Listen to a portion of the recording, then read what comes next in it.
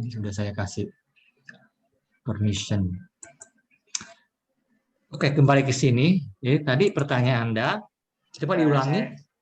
Jadi saya berpikir kalau misalnya ada satu kasus di mana agent key-nya ini dia punya beberapa possible word gitu. Nah, di possible word-nya ini ada tetanya itu true, ada juga yang tetanya itu false, dan agent-nya tahu kalau itu tetanya bisa jadi false gitu. Apakah itu masuk ke dalam diamond theta atau enggak ya Pak? Itu yang mungkin saya ada. Karena di tulisannya itu kan dibilang agent key itu nggak tahu kalau misalnya ada not theta gitu. Ya, sekarang kita bicara ini yang logic engineering ini itu sudah mengaitkan dengan cara manusia ngomong ya. Jadi kita tidak lagi sini bisa nanti kembalikan ke pengertian semantik pakai possible word. Kalau sini tidak perlu. Ini kita sini ngomongnya misalnya kalau diamond begini maka boxnya begini, atau boxnya begini maka diamondnya begini. Jadi kalau tadi Anda bilang ini agent Q-nya bicara mengenai ada dunia beberapa yang tahu ini, itu sudah turun ke teknis kripke model tadi ini. Kalau sekarang ini saya tidak, saya mau ngomongin pokoknya hubungan box sama diamond itu adalah diamond itu bisa diturunkan dari negasi box negasi. Nah sekarang kalau boxnya ngomongnya begini, apa artinya dari diamond? Dia tidak lagi ngomongin mengenai dunia mana dan dunia mana itu. Jadi sekarang sudah tersirat di pengertian box sama diamond ini. Ya. Jika tadi itu kalau si agent bilang, si agent Q ini bilang, I know that she is true. Kayak misalnya agent V itu bisa aja, misalnya ini Fatur Rizky sendiri, kamu bilang, oh saya tahu ini begini gitu. Berarti secara tersirat kamu mengatakan di semua dunia yang kamu tahu itu true. Itu arti dari box itu. Nah sekarang kalau Anda ngomongnya diamond V, kalau Anda bilang diamond V, bukan Anda ngomong box V, tapi Anda bilang diamond V, berarti V ini bagi Anda itu tidak selalu true. Jadi ada dunia yang true, ada yang dunia tidak. Nah sekarang kita ngomongnya kan tidak pakai lagi, oh dunia ini true, karena kita nggak tahu sebenarnya dunia yang mana gitu ya. Jadi cuma mengatakan bahwa ya, sepanjang yang saya tahu, itu manusia ngomong begitu kan, kita sehari itu ngomongnya begitu. Oh sepanjang pengetahuan saya, oh V itu true. Berarti Anda mengatakan ada kemungkinan di dunia-dunia tertentu itu dia nggak true, ada dunia tertentu dia true. Gitu. Jadi udah tersirat di pengertian diamond itu seperti itu. Dan kita ngomongnya dengan kata-kata seperti ini. Kalau saya ngomong sepanjang yang saya tahu si ini begini gitu. Nah, kalau kita ngomong seperti itu berarti sudah mengatakan kalau dikaitkan dengan possible word tadi ada word yang dia true, ada word yang tidak. Kalau kita sudah ngomong sepanjang saya tahu ini, berarti kita sudah mengkasih suatu konsesi, suatu pengakuan bahwa tidak semua yang saya tahu ini demikian gitu. Jadi kita memberikan suatu peluang bahwa ada dunia yang memang tidak seperti yang kita tahu gitu. Jadi otomatis sudah terkandung di situ. Oh oke, baik Pak, saya baru paham. Oke ya, jadi makna dari itu seperti ini. Oke Pak, nah, terima kasih. Oke, jadi misalnya ini Fatur Rizky kamu bilang box A lebih dari 0, misalnya seperti itu. Ya. Tadi Anda bilang saya tahu A lebih dari 0. Nggak ada ambil apa, kan nggak tahu. Tapi kalau Anda bilang diamond daripada 0, berarti kalau Anda pakai diamond di sini, berarti Anda mengatakan sepanjang yang saya tahu A itu daripada 0. Berarti Anda menyiratkan bahwa ada kemungkinan Anda salah. Ya, jadi ada satu possible di mana ini tidak benar kalau Anda pakai diamond. Tapi kalau Anda pakai box, Anda berarti semua dunia yang bisa kebayang, yang bisa terbayang itu ini true. Ya. Jadi lebih strong yang box ini. Ya.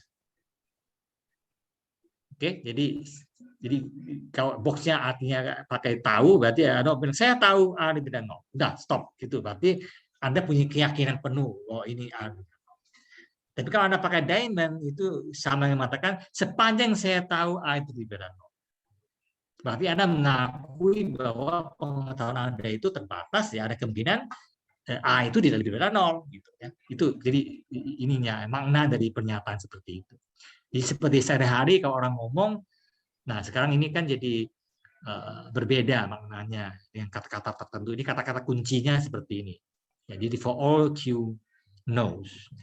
Atau katakan Q-nya V ini konsisten dengan apa yang dia tahu. Bisa saja apa yang tahu ini nggak cukup. Nanti ada data baru, misalnya kayak database gitu. Sekarang Anda masukin data baru, pertanyaan query yang Anda berikan sebelum database-nya diupdate, kan berbeda jawabannya setelah sekarang data yang diupdate. Misalnya sebelum data diupdate, pertanyaan ini jawabannya no. Misalnya. Tapi sekarang setelah database yang diupdate, pertanyaan yang tadinya no itu bisa jadi yes. Ya. Nah, jadi sebenarnya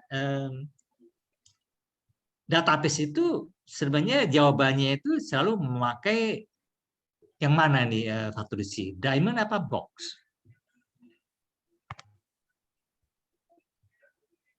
Ya. Jadi sistem database yang Anda sudah belajar sejauh ini, itu sebenarnya kalau dikasih query, dia menjawabnya itu sebenarnya pakai box apa pakai diamond?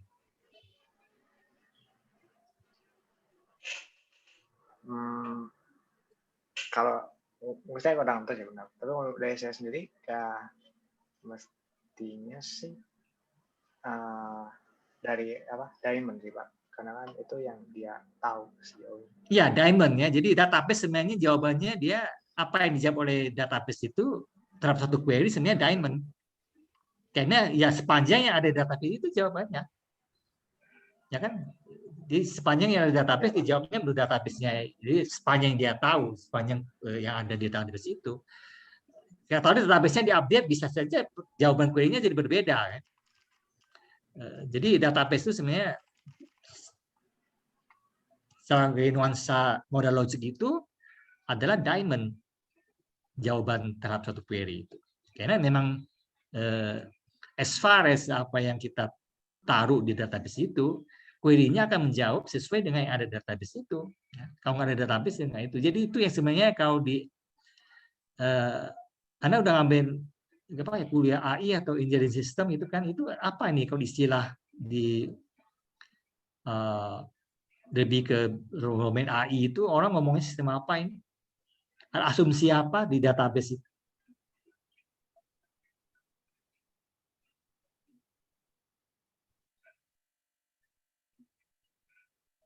Database itu bekerja berdasarkan asumsi apa? Pernah dengar nggak idenya istilah ini? Closed world assumption.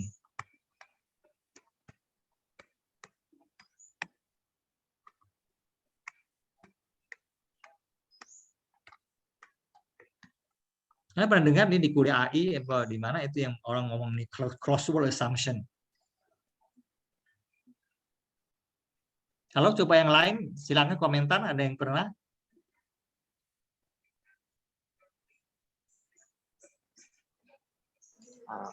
Mau mencoba jawab Pak? Ya. Kalau close word itu maksudnya jadinya karena ini close berarti dunia yang jadi dalam dunianya kalau dia tahu itu benar, tapi kalau misalnya ada sesuatu yang di luar dunia itu maka kita menganggapnya sebagai salah gitu. Jadi kayak iya, jadi closed world assumption tidak lain sebenarnya pernyataan yang pakai diamond ini ya itu. Jadi sebenarnya database semua itu menggunakan prinsip closed world assumption. Jadi kalau Anda kasih query ke database yang Anda belajar di seperti database relasional atau database yang lain itu kan dikasih query, dia akan jawab berdasarkan data yang dia punya. Jadi anggapnya itu ya dunianya ya segitu yang tertutup di database itu. Dia nggak bicara mengenai dunia luar itu. Ya di luar itu kan nggak terbatas, kita nggak tahu gitu. Jadi orang pada umumnya ngomong itu adalah pakai diamond. Jadi sepanjang dia tahu. Karena kalau di luar pengetahuan dia ya dia nggak bisa jawab. Ya, manusia itu kan pengetahuannya terbatas ya seperti itu. Jadi sebenarnya itu database itu pada dasarnya menganut ini yang seringkali juga disingkat jadi CWA, ya, cross-word assumption ini. Karena kalau nggak database itu nggak bisa jalan, database itu harus jalan berdasarkan prinsip ini. Karena apapun yang kita tanya ke database itu kan dia harus jawab ya berdasarkan apa yang ada di database itu saja kan. Kalau nggak ada di database ya dia nggak tahu gitu. Begitu. Jadi cross-word assumption itu selalu dipakai di dunia database. Nah, dengan sistem AI sekarang ini yang deep learning segala macam itu mau mendobrak CWA ini. Jadi sistem AI yang belajar deep learning segala macam ini misalnya dia belajar dikasih data, dia belajar sekarang ditanya sesuatu yang belum pernah lihat sebelumnya, dia bisa menjawab. Nah itu berarti kan dia sudah menjawab di luar database yang dia punya, bisa menyimpulkan sesuatu yang di luar yang itu. Nah itu sudah di luar dari cross-word assumption ini. Jadi udah mulai menggunakan box, ya. Tidak lagi cuma sekedar diamond pernyataan itunya. Misalnya seorang anak kecil itu ya, tinggal di satu lingkungan perumahan, dia pernah lihat kucing gitu kan ya di rumahnya ada kucing 1 ekor gitu. Dia cuma lihat kucing itu. Terus tetangganya mungkin juga punya kucing juga, warnanya beda yang punya. Dia warna kucingnya putih ya, kecil, terus tetangganya punya kucing yang warnanya belang-belang gitu misalnya. Terus saat dia pergi ke rumah neneknya ini kampung gitu misalnya, dia juga ada sesuatu makhluk yang warnanya beda ya, kucingnya warnanya bukan putih, bukan belang-belang, tapi warnanya lain daripada itu. Si anak ini bisa nggak dia mengatakan itu kucing? Kemudian dia besar, anak kecil itu akan tahu ini juga kucing gitu. Padahal dia belum pernah lihat kucing seperti itu. Nah ini sudah tidak cross-word assumption ya. Dia artinya pengetahuan yang tahu sejauh ini itu belum ada data seperti itu. Dia melihat sesuatu yang baru, dia bisa absorb, dia masuk ke dalam sistem dia itu ya ini. Nah kemampuan mengextend seperti ini sudah di luar ini, di luar cross-word assumption ini. Jadi maunya sistem kita kasih training, kita kasih data, nanti dia temu sesuatu yang belum pernah lihat sebelumnya, maunya dia bisa membuat suatu pernyataan yang tetap true ya berdasarkan ini. Oke.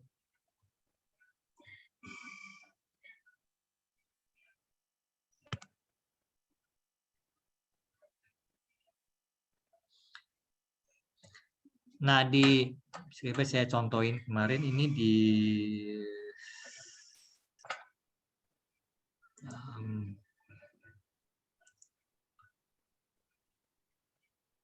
yang saya taruh kemarin ini yang soal tahun lalu ada nggak ya, saya sebentar.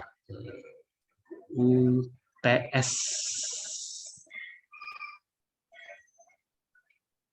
yang saya taruh kemarin kan ini ya, yang di scale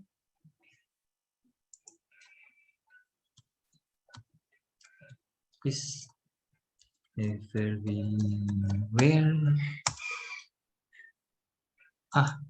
Apa ini? Bukan ini. Kemarin yang saya taruh. Iya betul kan, ini yang ditaruh di scale kan ya. Iya yang kemarin saya taruh diumumkan di scale. Ini saya mau buka kayak apa ini. Is very well. Oke. Udah pernah lihat ya ini soal ini yang tahun lalu. Ini soal 46. Udah pernah lihat ya soal itu. Saya lupa apakah ada soal yang software engineering tadi itu. Mungkin bukan, tahun lalu nggak ada. So, dia kemudian soalnya lagi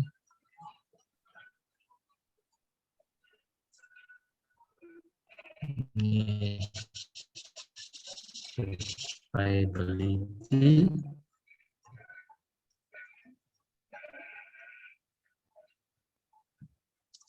Nggak ada ini, kembali data. Berarti ini yang tahun sebelumnya lagi itu ada soal yang suruh menurunkan pengertian diamond kalau diberi pengertian mengenai box. Nah, itu ada penurunan kayak gitu. Jadi yang penting Anda tadi memegang prinsip yang tadi ini, ya. Jadi box itu diganti dengan diamond itu diganti dengan negasi box negasi. Ya.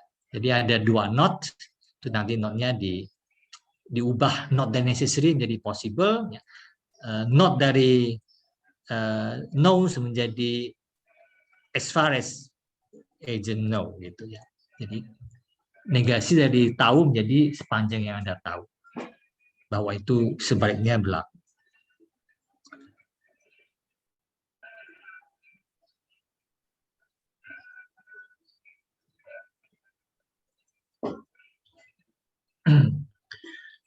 Masih kan inti dari logik itu kan menentukan kapan suatu formula itu valid, kapan tidak, ya.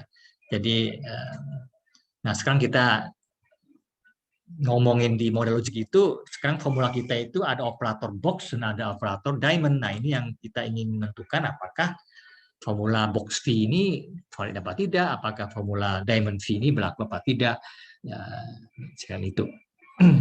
Jadi orang bikin logik ini harus yang bisa menangkap konsep dari sistem yang bersangkutan, ya kan, konsep bicara mengenai knowledge apa yang dibicarakan di situ, ya harus menangkap knowledge itu, ya. Satu hal misalnya Anda pakai, sejauh ini kita di UI mahasiswa itu kan dikelola menggunakan SIAK, gitu kan. Anda setiap semester mesti berlomba merebut mata kuliah tertentu, misalnya mencoba untuk berebut yang terbatas begitu, ya, ada SIAK-WO-nya misalnya, seperti itu sistem ini. Nah, kadang-kadang Anda mengalami, termasuk saya sebagai TA misalkan mengalami kesulitan, mahasiswa misalnya ngambil satu kuliah ditolak sistem karena prasyaratnya belum dipenuhi misalnya. Tapi sebenarnya dia sudah ambil prasyaratnya, cuma karena namanya itu nggak persis itu, misalnya ada yang ngambil di semester pendek, ngambil di katanya kuliah kalkulus tertentu, ya, belum lulus, dia ngambilnya di fakultas ini, di MIPA, kodenya sedikit berbeda. Lalu di SIAK itu ditolak, oh ini kamu belum memenuhi prasyarat, dia udah ambil di semester pendek. Atau ada juga yang kasusnya ngambil OS gitu, OS-nya ngambilnya bukan di prodi dia, ambil di prodi lain, sedikit berbeda kodenya misalnya, itu juga ditolak.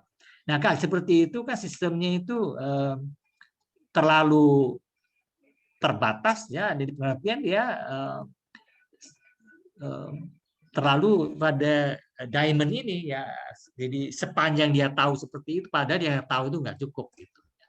Nah ini orang di sistemnya itu harusnya kan kalau seperti itu kerjanya, berarti harus diupdate datanya supaya selengkap-lengkapnya seperti itu. Atau yang tadi harus buat sistemnya harus bisa melakukan tadi yang open world itu, dia harus bisa kayak anak kecil itu yang melihat kucing yang bentuknya baru, itu juga bisa dia sebut itu kucing dengan kemampuan untuk bisa extend nulisnya itu.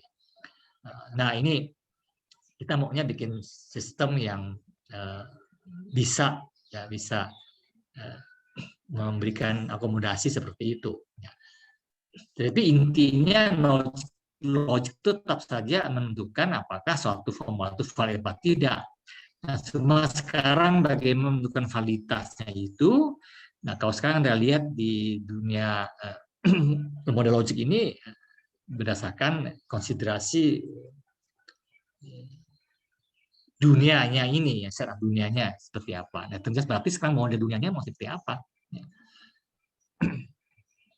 Contoh ini beberapa cara membaca ini pemaknaan tadi. Kalau Anda punya ini formula box V imply V. Nah, tadi kan misalnya box V. Kalau box V itu true, berarti kan sistemnya tahu bahwa V itu true. Imply V. Dan apa bedanya box V sama V?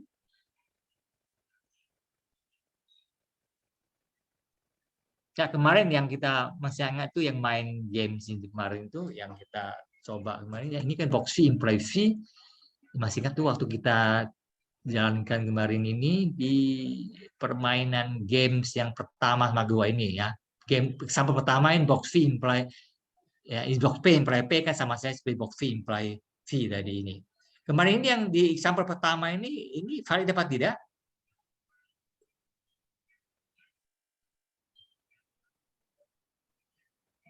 Masih ingat kemarin di main yang pertama ini formulanya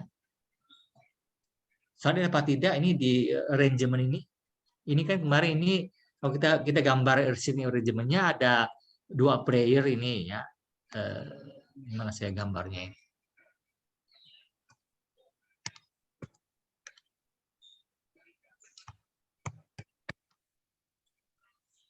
Ini saya mau gambar. Oh, ini kan ini kalau kita gambar setting regimennya ini kan ada 2 player ya, A dan B. Ini ada si A, ini ada si B. Jadi kan A dan B both can see themselves. Jadi si A bisa lihat A, si B bisa lihat B, ya.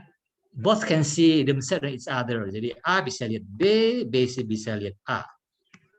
Nah, kalau sekarang player ini kita investasi sebagai dunia, dia ada dua dunia, dunia A sama dunia B. Dari dunia A kita bisa akses dunia B, dunia B kita bisa akses dunia A. Dari A ke A bisa, B ke B bisa seperti itu. Nah, ini pertanyaannya apakah di dunia ini kan apakah box V ini imply V ini valid di arrangement ini? Kemarin gimana kesimpulannya? Valid, Pak. Valid, ya, valid itu.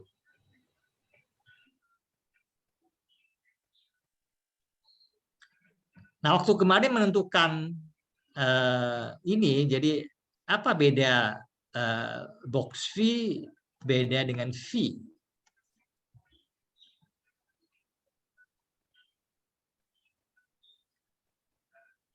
Kalau saya coba mengatakan V, apa maksudnya?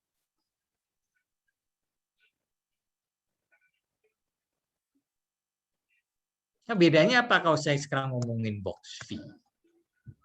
Apa bedanya saya ngomongin V?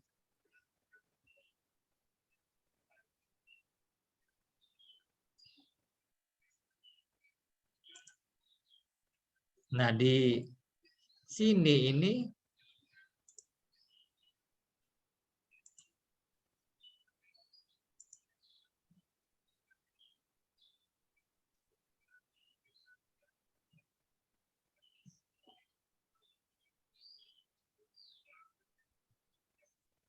kalau ini panah gitu kan ya. Kalau tadi kita memaknai box ini sebagai sesuatu yang harus true, jadi berarti V itu harus true, imply V. Kalau kita ngomong V saja kan kita tidak mengatakan dunia mana, ya, situasinya apa. Berarti kapanpun, dimanapun V itu selalu true, kita mengatakan V true. Kalau sekarang ini tadi memaknai box sebagai sesuatu yang berkaitan dengan pengetahuan, artinya agent Q tahu V, berarti V. Jadi anything yang diketahui itu memang true, ya, harus true. Jadi ini kalau kita cuma ngomong V itu berarti cuma mengatakan V itu true. Jadi nggak ada embel-embel apapun, jadi nggak ada kondisi apapun, nggak ada dunia yang kita ngomongin gitu.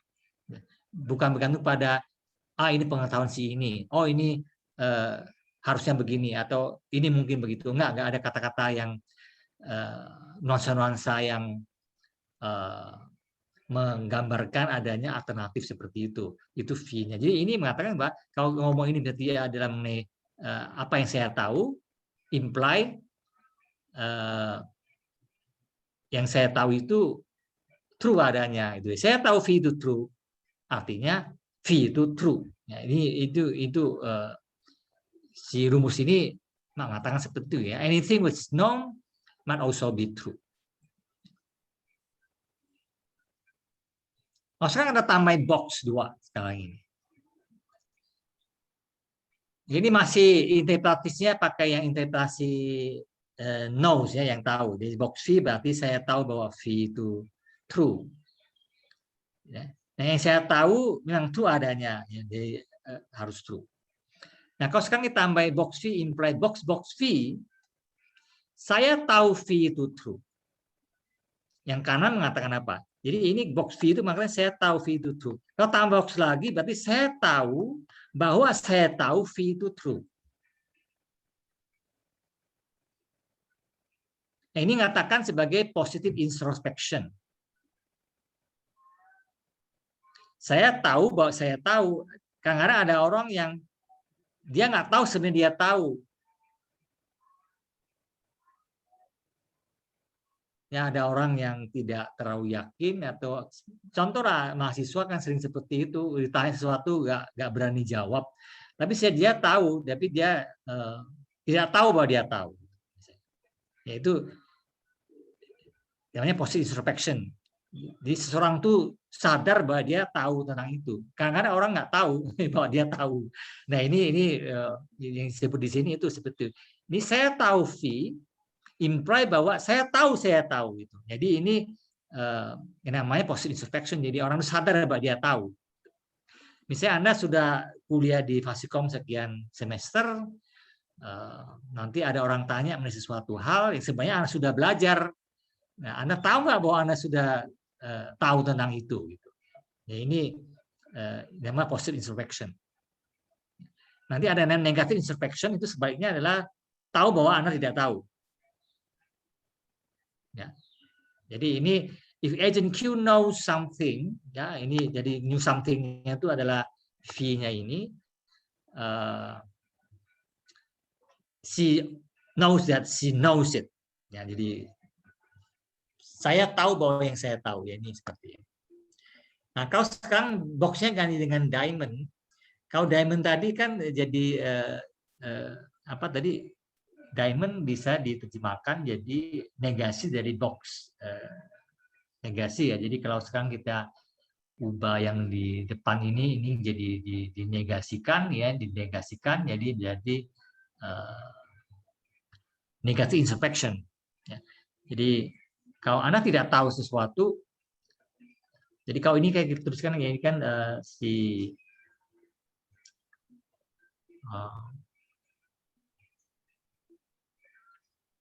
coba ini coba kita turunkan yang ketiga ini dulu ya, saya akan cek dulu ini. Oh, sini. Ini saya akan tulis si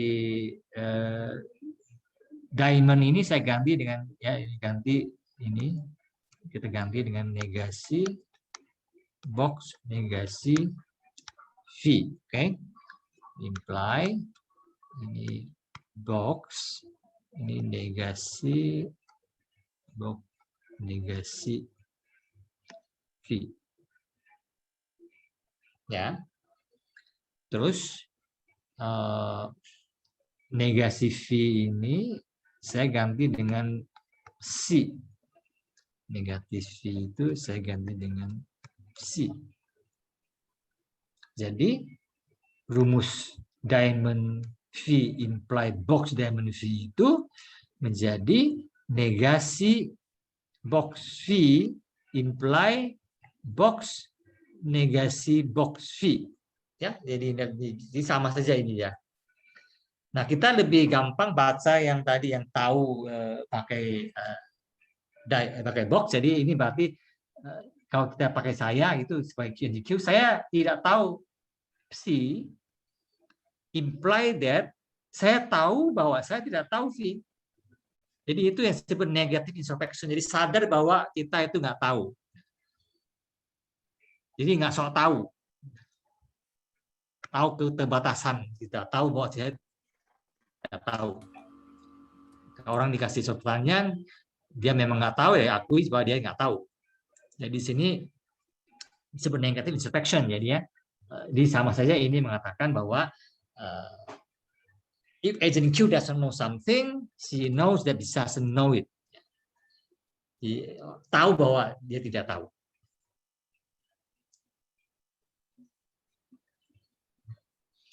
Nah, kalau diamond true, sekali lagi ini kita bisa terjemahkan ini kan menjadi apa ini?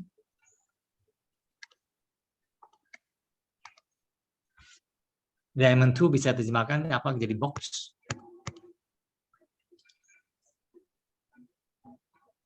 Ini kan saya ya sebentar. Jadi ini kan bisa. Aduh, ini mau keluarin drawingnya gimana? Ini kan equivalent dengan diamondnya diganti dengan negasi box, negasi true. Ya sama aja kan ini. Jadi negasi dari diamond, negasi dari true kan jadi false. Ya, jadi seperti itu. Jadi diamond true sama aja seperti negasi box ini. Nah, kalau tadi kita menerjemahkan sejauh ini kita terjemahkan box sebagai saya tahu, berarti saya tidak tahu bahwa false ini, jadi berarti si agent Q-nya tidak tahu any contradiction. Jadi tidak, atau kalau bicara database-nya itu tidak mengandung kontradiksi, jadi tidak ada fakta yang konflik satu sama lain. Jadi kalau Anda ingin punya suatu sistem database yang tidak mengandung kontradiksi, maka formula diamond true ini harus berlaku di sistem Anda, harus valid di sistem Anda. Kalau Anda mau punya sistem yang punya kemampuan positive introspection, jadi sistemnya tahu apa yang dia tahu, maka formula ini mesti valid di sistem Anda.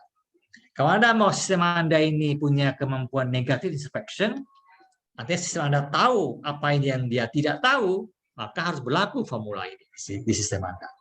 Ya, itu sistem seperti itu. Jadi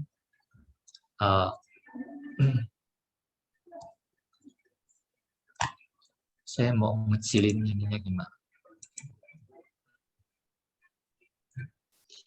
Dan coba yang satunya lagi ini yang penting untuk itu kan adalah yang rumus, masih ingat rumus K itu rumus K yang ini yang kita udah lihat kemarin ini kan sebenarnya kan yang kita sebut sebagai rumus K ya. Yang kemarin itu yang masih ingat rumus K ini kan yang kemarin kita sudah tunjukkan di sini waktu mainan yang 6 orang itu.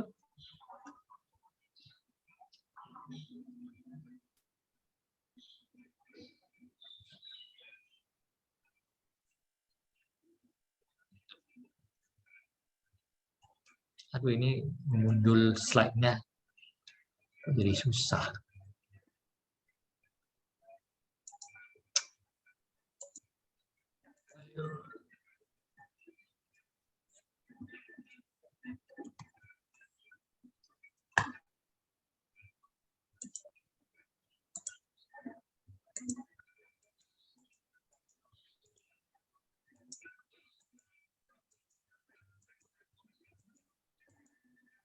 Kemarin kita ada Go game yang ini, yang ketiga ini, yang mode crypto ini, terus kita tanya waktu itu ada permainan ya ini.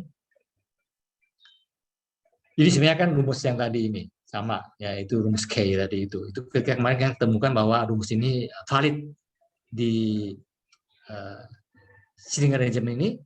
Sebenarnya juga sudah saya tunjukkan juga bahwa rumus ini sebenarnya rumus K ini berlaku di semua mode critical.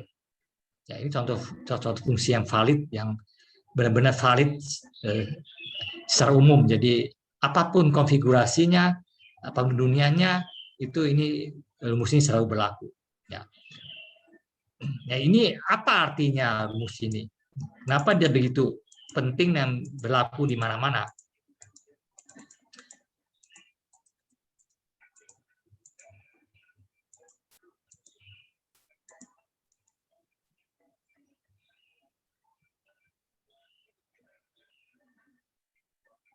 Nah, ini box, kemarin kita pakai PQ ini sebagai box V C and box V imply box C. Sebenarnya ini kan bisa ditulis juga, ini bentuk lainnya kemarin ini bisa ditulis yang tadi itu. Ada saya blok balik ini. Ini kan bisa juga ditulis bentuknya jadi box imply C imply box V. Ya, ini sama saja ya, bisa ditulis seperti itu.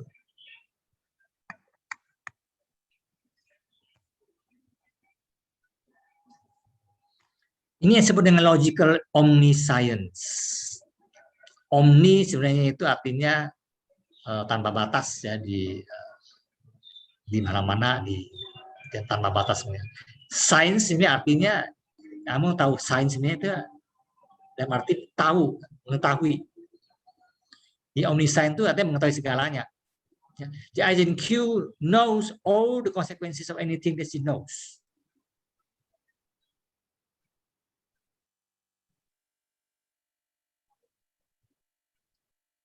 Bagaimana nih? Coba Anda lihat, baca ini. Yang sebelah kiri kan kalau box ini kita interpretasi sebagai saya tahu gitu ya. Saya tahu bahwa V imply C. Terus saya tahu V. Jadi agent Q ini knows, terus tahu C. Jadi karena si V imply C dan kita tahu mengenai V, imply kita tahu juga mengenai C. Jadi tahu konsekuensi dari semua kita tahu ini artinya. Jadi artinya pengetahuannya lengkap. Anda tahu A, Anda terus A imply B, Anda juga tahu B. Itu B itu sebagai konsekuensi dari jadi ini C ini konsekuensi dari V. Atau kita bahasanya phi. Ya, phi imply psi, dan saya tahu ini berlaku. Berarti saya tahu bahwa phi C itu ikut ke konsekuensi dari phi ini. Dan saya tahu bahwa phi itu true. Maka saya juga tahu bahwa C itu true. Jadi ini yang disebut dengan logical omniscience. Jadi agent Q tahu semua konsekuensi dari apa yang dia tahu. Kita kadang-kadang kan tahu sesuatu, tapi apa akibat dari yang kita tahu ini kita mungkin belum tahu. Seperti sekarang orang bertanya-tanya, misalnya vaksin yang sekarang dibikin ini dalam kondisi yang sangat terbatas, diburu-buru, memakai teknologi baru. Ini kan Anda tahu ada 2 vaksin sekarang, ada yang pakai virus yang dilemahkan, ada yang sama sekali nggak pakai virus, itu yang pakai bioinformatika baru yang justru jadi sel tubuh kita itu dikirimin pesan sehingga dia mengenerate antibody, bukan karena ada ancaman virus yang dilemahkan. Itu berbeda cara kerja, seperti yang vaksin Pfizer sama Moderna beda sama yang kita pakai di Indonesia, vaksin yang Sinovac sama AstraZeneca itu pakai virus yang dilemahkan, berbeda sistemnya itu. Nah itu orang nggak tahu nanti misalnya jangka panjangnya konsekuensinya apa, karena sekarang penelitiannya terbatas pada cuma setahun ini orang bikin vaksin versi baru ini, teknologi baru ini, apa akibatnya terhadap tubuh kita, katakanlah 2 tahun kemudian bagaimana, itu orang nggak tahu akibatnya apa. Nah itu tidak, di pada dasar manusia itu tidak omniscient. Kalau kita omniscient, kita tahu semua konsekuensi dari apa yang kita tahu. Nah itu adalah omniscient. Jadi kalau Anda ingin bikin suatu sistem yang punya kemampuan omniscience ini, berarti formula ini mesti valid di sistem Anda ini. Harus dibangun sehingga ini. Jadi ini menjadi semacam spesifikasi yang harus dipenuhi oleh sistem. Kalau Anda pengen sistem itu punya kemampuan seperti itu. Ya.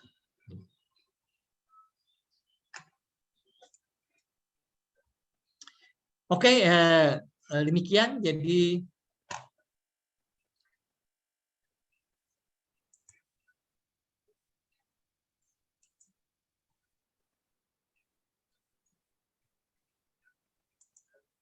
Ini sudah ngomongin yang sedikit dibilang. Jadi saya batasi saja ini nanti UTS kita itu bahannya sampai di sini.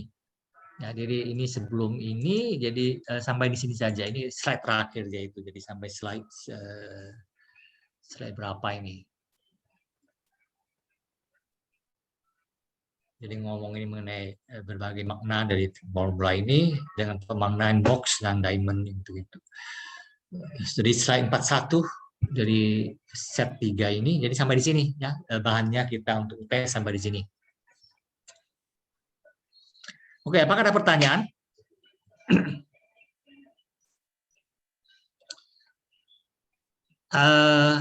Mengenai PR1, apakah sudah ada feedback dari asisten? Halo? Kastos? Sudah ada belum ini? Saya tanya ke mahasiswa ini, peserta ini, apakah Anda sudah mendapatkan nilai hasil dari PR1? Belum, Pak. Belum ada feedback ataupun komen juga dari Asdos. Iya. Oh, saya dengar katanya sudah dimasukkan ke ini di scale kamu udah lihat? Iya, Pak. Ini Kalau sekarang solusinya saya sedang nggak ada. lihat nggak ada, Pak. Di bagian Kalau ininya saya ya, belum juga, Pak. nilai segala macam itu mungkin ya tahu ini harusnya udah. Dan juga contoh solusinya. Kalau contoh solusinya udah ada, Pak, Udah ada, tapi nilainya belum ada. Oh, udah ada, oke ya. Saya juga belum lihat sini itu, jadi perlu dilihat. Jadi ya ini ada lihat contoh-contoh itu sama contoh soal yang kayak tahun lalu itu bisa sebagai petunjuk seperti apa kira-kira soalnya. Oke. Nah nanti ujian UTS-nya ya mungkin bagi yang belum pernah ikut kelas online saya yang lalu, kita nanti ujiannya akan full pakai Scale. Jadi nggak ada masalah dengan upload file pada saat sudah terakhir atau apa, karena Anda langsung kerjakan nanti di Scale. Jadi jawabnya juga langsung di Scale. Jadi nanti soalnya akan saya masukkan nanti di Scale. Anda nanti akan mengerjakan langsung di Scale online, satu soal per satu soal dijawab ada tempatnya. Nah itu jadi tidak ada masalah mengupload jawaban, karena pada saat misalnya waktunya berakhir selesai juga otomatis apa yang Anda tulis itu sudah semua sudah terekam. Ya, jadi dijamin apa yang Anda tulis itu sudah terekam semua. Jadi,